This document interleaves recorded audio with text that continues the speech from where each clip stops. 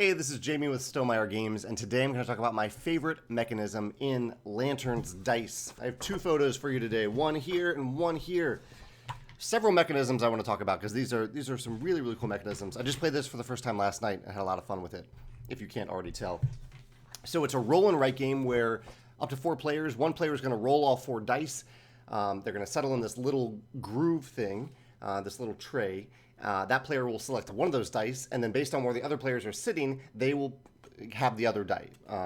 So if like the player sitting to my right here, if I select this die, they will get the blue die.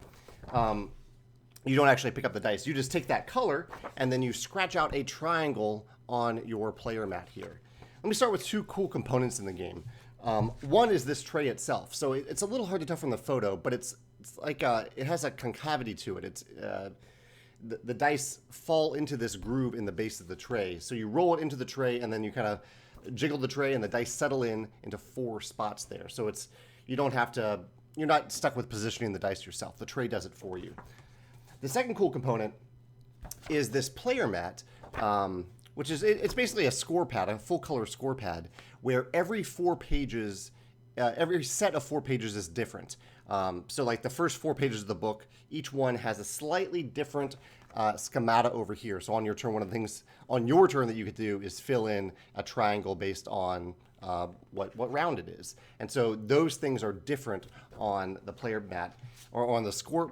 I don't want to call it a score pad. It's kind of, yeah, it's your player mat, but it's structured like a score pad because you're writing on it, and then it's disposable after that. But I really like that they did that. They didn't have to do that, but they decided to make it a little bit unique every time you play. So I really like that. Reminds me a little bit of Keyforge and Imperial Settlers. I think has something even more robust than this in terms of asymmetry.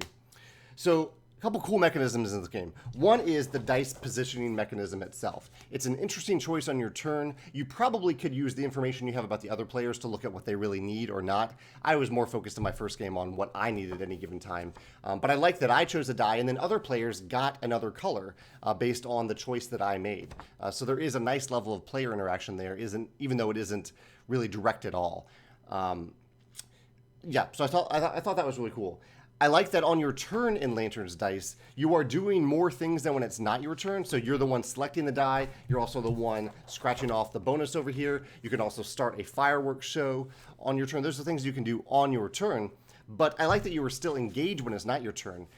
It didn't feel like there was any downtime at all because all the players on every turn were filling in something on their mat and maybe multiple things because there were some bonus cards that you could activate. And I think I'll say that it's either this positioning thing or this other thing that I'm about to mention is my favorite mechanism. It's hard to tell.